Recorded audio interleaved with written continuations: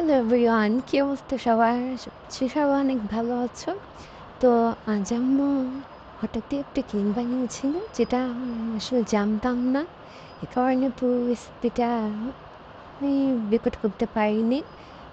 ওভেনে দেওয়ার পর আসলে আমি টুকটাক টিপ নিয়েছি। অনেকদিন পর বানিয়েছি আম্মু। তো দেখতেই পাচ্ছ, ওভেনে দেওয়ার পর যখন ব্রাউনিশ একটা খাবার চলে আসবে হয়ে পোর্শনটাকে দেন উপর থেকে নামিয়ে ফেলতে হবে। এখন নামিয়ে ফেলেছে আমরা।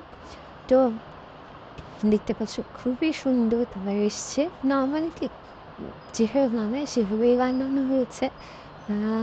ময়দা, চিনি, তেল, ডিম, তারপর হচ্ছে কিসমিস, এগুলো ইউজ করা হয়েছে। But making process very very important for a soft spongy cake.